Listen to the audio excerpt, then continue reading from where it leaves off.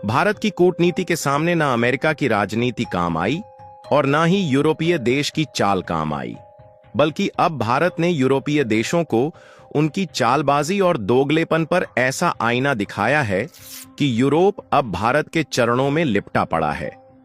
जी हां दोस्तों, 12 घंटे में भारत ने उनके दोगलापन का जवाब दिया, जिसमें वह भारत की रिफाइनरी पर प्रतिबंध लगा चुके थे।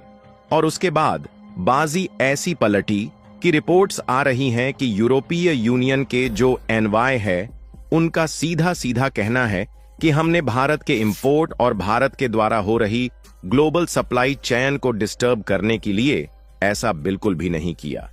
जी हां दोस्तों, आज भारत की ताकत दुनिया देख रही है कि कैसे यूरोपियन यूनियन, जो अपने आप को 27 देश का दादा समझता है, उसको भी भारत से गुजारिश करना पड़ रहा है।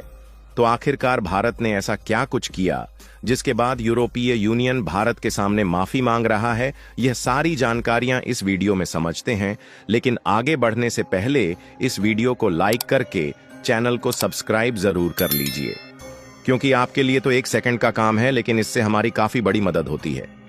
देखिए, हाल ही में हुआ यह कि सबसे पहले तो ट्रंप ने धमकी दिया कि अगर भारत और चीन जैसे देश जो भी रूस से क्रूड ऑयल यानी कि कच्चा तेल खरीदते हैं, अगर वह अब भी खरीदना बंद नहीं करते तो उन पर हम 500% की टैरिफ लगा देंगे। हालांकि ये अमेरिका की बात धमकी तक ही सीमित रह गई, क्योंकि भारत अमेरिका से पहले WTO तक पहुंच चुका था और इनके लिए भारत खुद इतना जरूरी है कि वह ऐसा नहीं कर पाए। लेकिन शायद इसके बाद अमेरिका फिर से एक चाल चलता है। अब शतरंज की चाल में अमेरिका ने नाटो का साथ लिया, जो कि 32 देश का सैन्य संगठन है और उसे अमेरिका लीड करता है। और नाटो के जो चीफ थे, ऐसे ही बातचीत के दौरान धमकी भरे लहजे में यह बात कह दिया कि भारत, ब्राजील और चीन जैसे जो अन्य देश हैं, अगर इनमें से कोई भी देश रूस से कच्चा तेल खरीदता है या फिर कोई भी व्यापार करता है, तो सभी देशों पर नाटो के द्वारा 100% सैंक्शन लगा दिया जाएगा। भारत यहां भी पीछे नहीं हटा। भारत ने कहा कि नाटो सैन्य संगठन है, न कि दुनिया की अदालत, जिसके इशारे पर हम अपने फैसले लें, बल्कि हम अपनी एनर्जी सुरक्षा को देखते हुए तय करेंगे कि हमें कहां से क्या खरीदना और बेचना है। अब जब भारत ने नाटो के दोगलेपन की धोती यहां से खोल दी, तो यूरोपियन यूनियन को मिर्ची लग गई। और मिर्ची इसलिए लगी क्योंकि देखा जाए नाटो में 32 देश शामिल हैं, जिनमें से कनाडा और यूनाइटेड स्टेट्स ऑफ अमेरिका 2 ही उत्तरी अमेरिका के देश हैं। बाकी के जो 30 देश हैं वह यूरोप के हैं। इसीलिए जब भारत ने नाटो की धमकी को इग्नोर किया, तो यूरोपीय यूनियन को इतनी ज्यादा मिर्ची लग गई कि उन्होंने अपने लेवल पर फैसला लेना शुरू किया और फैसले लेते हुए रूस के खिलाफ 18वां पैकेज पेश कर दिया, क्योंकि सभी पश्चिमी देश मिलकर रूस को अपाहिज बनाना चाहते हैं ताकि वह यूक्रेन के सामने घुटने टेक दे। लेकिन इसी बीच में जो भारत से जलन हो रही थी, उसका भी कसर निकालने की कोशिश की और सबसे पहले 18वां पैकेज में जो इन्होंने सैंक्शन पेश किया, उसमें गुजरात की नायारा एनर्जी लिमिटेड, जो भारत की दूसरी सबसे बड़ी रिफाइनरी है, उस पर प्रतिबंध लगा दिया।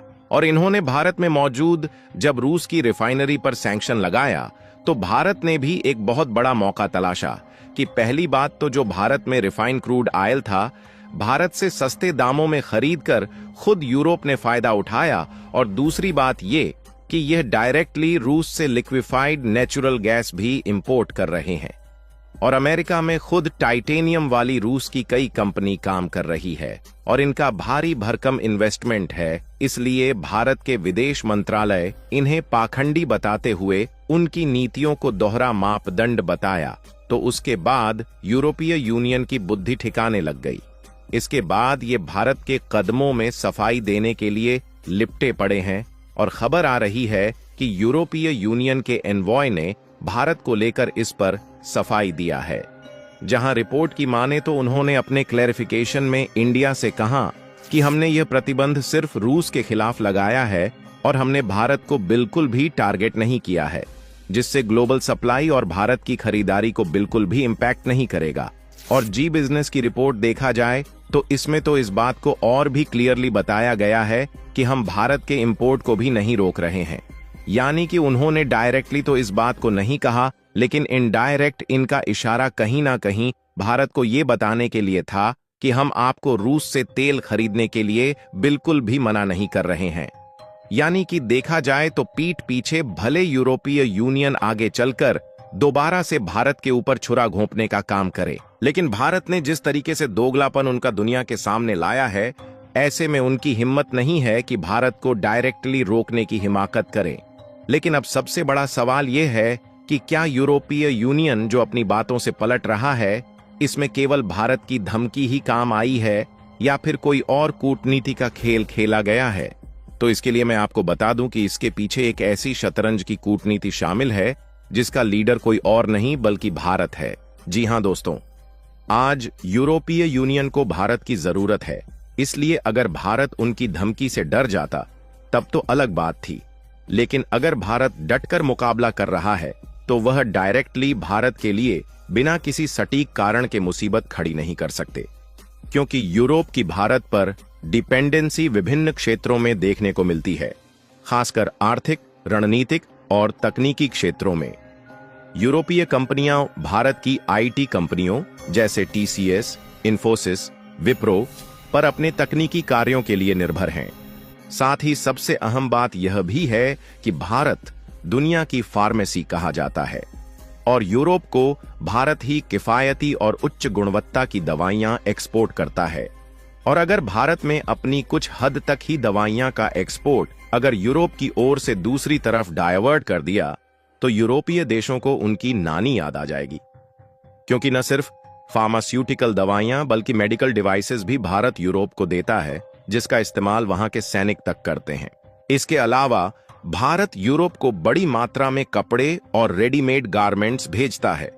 भारत को इससे मोटी रकम जरूर प्राप्त होती है, लेकिन यूरोप को भी यह बात इस समय सबसे ज्यादा ध्यान है कि बांग्लादेश की गारमेंट इंडस्ट्री बर्बाद हो गई है और ऐसे में वह चीन के टेक्सटाइल पर भरोसा तो कर नहीं सकता है।